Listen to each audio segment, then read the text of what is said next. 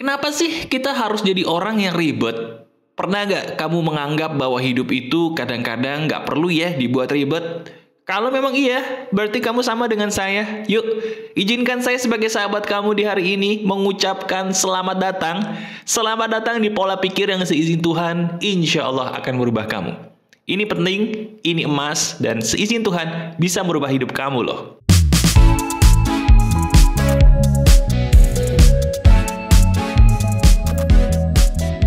Halo teman-teman, ada saya kembali Aryan Surya, sahabat baik kamu dari Pagar Kehidupan di podcast pagi.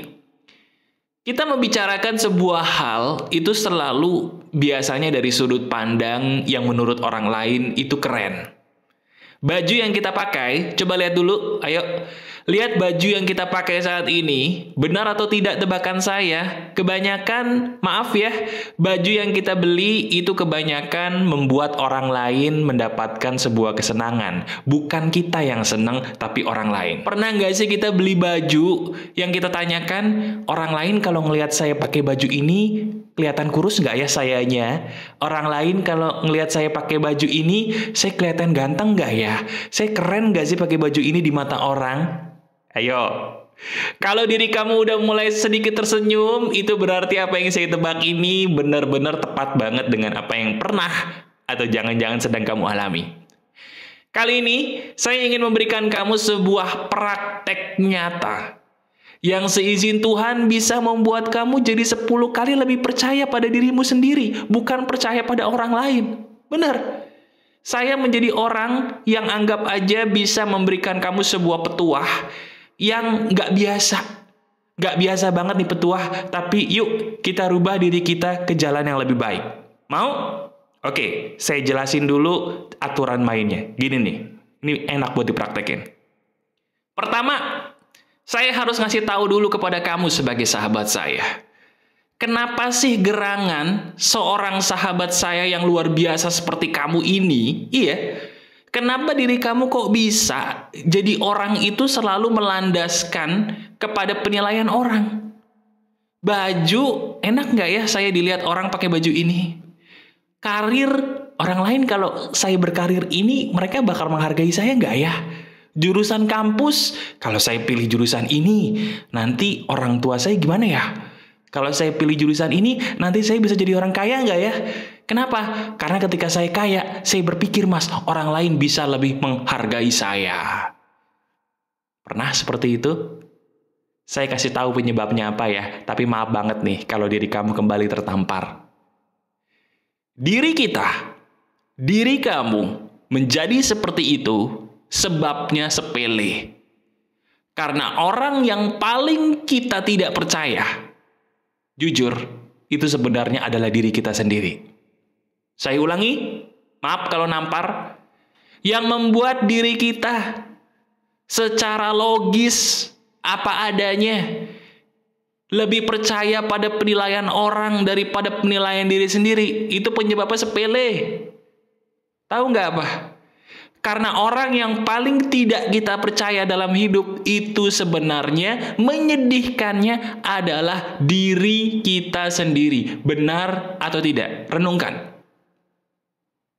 Kalau ada orang bilang, saya cantik mas, saya senang dipuji cantik, berbunga-bunga. Tapi pernah nggak kita berkata di cermin, kamu tuh cantik lagi, terus kita berbunga-bunga juga? Kalau pernah bagus, kamu alhamdulillah, percaya dirimu masih oke. Yang cowok juga sama nih. Mas, kenapa? Saya itu kok kayaknya jelek ya mas ya. Gak punya apa-apa mas nih. Saya karirnya baru begini. Saya dianggap pengangguran mas. Padahal saya kan lagi meniti karir. Sebentar saya mau tanya. Yang bekerja siapa? Diri saya mas. Yang menilai kamu pengangguran siapa? Mereka mas, tetangga saya, teman-teman deket saya. Katanya saya itu disuruh kerja yang bener mas.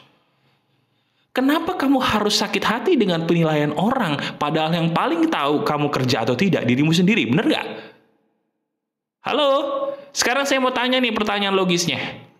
Yang paling tahu kebahagiaan versi diri kita sendiri, itu siapa? Jawab. Orang tua kita? Bukan. Teman terdekat kita? Bukan. Mereka bisa salah kok. Guru kita? Bukan. Saya tahu mas. Siapa? Aryan Surya, Pagar Kehidupan? Bukan juga. Saya tidak memberikan kamu kebahagiaan, tapi saya ingin kamu menemukan kebahagiaan di dalam dirimu sendiri loh. Coba sekarang, jujur ya, diri kamu selama ini sudah bahagia belum dengan perkataan dan penilaian dirimu sendiri? Jujur nih. Kalau memang sudah, apa buktinya? Katakan sama saya. Kapan terakhir kali kamu berkata sesuatu, terus diri kamu sendiri bahagia dengan perkataan mulutmu sendiri? Kapan? Nah, susah kan? Oke, kalau baru-baru aja terjadi, alhamdulillah saya bersyukur, puji Tuhan sama kamu. Saya tanya, lebih sering mana? Diri kamu bahagia karena penilaian orang, atau bahagia karena penilaian dirimu sendiri? Lebih sering mana? Jujur. Nah, udah ketampar ini. Bener mas, kalau apa adanya nih ya, betul. Saya itu lebih sering terpesona dengan penilaian orang. Bahkan barang-barang yang saya beli, karir yang saya pilih, keputusan hidup yang saya pilih, itu rata-rata dasarnya supaya penilaian orang baik dan bisa membuat saya merasa damai dengan penilaian mereka. Betul atau tidak? Pengen nikah. Kenapa kamu pengen nikah? Jodoh belum ada. Ya saya itu udah kelihatan tua mas. Saya umurnya udah 30 mas. Saya umurnya udah 40 mas. Aduh, saya panik nanti saya jadi orang dibilang perawan tua lah. Perjaka tua. Sebentar. Yang tahu dirimu bahagia itu siapa? Diri saya. Ya udah kok dia nilai orang lain. Oke. Saya tahu pertanyaan kamu sampai sini. Sebentar. Izinkan saya mengobati kamu lebih dalam. Pertanyaan kamu yang lebih dalam ini pasti begini, Mas. Saya setuju sih, Mas. Benar perkataan Mas Aryan Surya bahwa saya ini lebih sering bahagia dengan penilaian orang. Saya setuju. Tapi bukankah itu normal, Mas? Bukankah itu suatu hal yang manusiawi kita senang dipuji orang, gitu kan? Kita senang dihargai orang. Bahkan kita senang nih di respect atau dihargai banget sama atasan kita atas prestasi kita. Normal dong mas, itu nggak salah. Bener nggak mas? Jawaban saya nggak salah, tapi sableng. Loh, ini apa lagi? Nggak salah tapi kok dibilang sableng. Emang saya wiro sableng mas? Bukan, dengerin. Kita ini sableng. Kita sama atasan kita emang berapa tahun sih? Seumur hidup? Enggak. Nanti atasanmu ganti, kamu berubah lagi, ngikutin apa atasanmu mau. Gitu. Kita sama pasangan kita. Emang udah yakin nih mau nikah sama dia? Ntar kalau ganti pasangan, ganti lagi sikap kita. Terus kita tuh jadi manusia apa jadi robot? Sadar dong. Halo, sadar. Wajar kan kalau saya bilang diri kita kadang-kadang sableng, suka menilai kebahagiaan dari penilaian orang lain. Wajar nggak saya bilang sableng? Nah, kalau mulai ngangguk-ngangguk, senyum dikit, berarti kita sadar kita kadang-kadang jadi wiro sableng. Ayo, udah deh, ya ketawa dikit gak apa-apa lah. Saya juga pernah jadi wiro sableng. Kalau gitu, sekarang saya langsung memberikan kamu sebuah obat yang nyata. Gimana sih caranya saya bisa percaya diri, mas? Simple. Caranya gampang. Pahami kemampuan otak kita. Saya ulangi. Cara percaya diri yang paling instan, paling gampang, pahami kemampuan otak kita. Otak kita itu hanya bisa termotivasi secara instan oleh diri kita sendiri kalau kita mengucapkan hanya maksimal, dengerin, maksimal satu kata doang, nggak boleh lebih. Jadi jangan berkata, aku pasti bisa, pret. Gagal tuh percaya dirinya. Bener nggak? Aku adalah manusia terganteng. Alah. Coba bertahan berapa lama percaya dirinya? Paling lama sejam. Iya mas. Terus harus ngomong apa mas sama diri saya sendiri? Cukup satu kata. Kamu tahu kata itu apa? Kata itu adalah bisa. Nggak usah pakai aku bisa, aku mampu. No. Katakan bisa. Apapun yang sedang kamu ragukan dalam hidupmu, katakan bisa. Nggak percaya bahwa kata ini maut? Oke, kita praktekin. Cari cermin sekarang. Ayo, ada cermin, ada handphone, pinjam temen dulu dah. Kalau ada handphone anak, handphone temen, pinjam dulu dong, gue mau praktek nih, gitu. Ambil. Pokoknya cari sebuah benda yang bisa membuat dirimu lihat wajahmu sendiri. Cari sekarang, kita praktekin, ayo. Sudah? Oke. Sekarang tatap dirimu sendiri di benda itu. Kalau di cermin, lihat wajahmu di cermin. Kalau di handphone, ya udah selfie. Selfie boleh pakai video atau kamera. Boleh? Udah? Nah sekarang, saya minta tolong. Tolong pikirkan hal apa sih yang sedang kamu ragukan dalam hidupmu belakangan ini. Pikirin hal apapun yang kamu ragukan dalam hidupmu belakangan ini. Bebas. Pikirin hal itu. Sekarang kamu pandang matamu sendiri di cermin atau di handphone tadi. Sudah?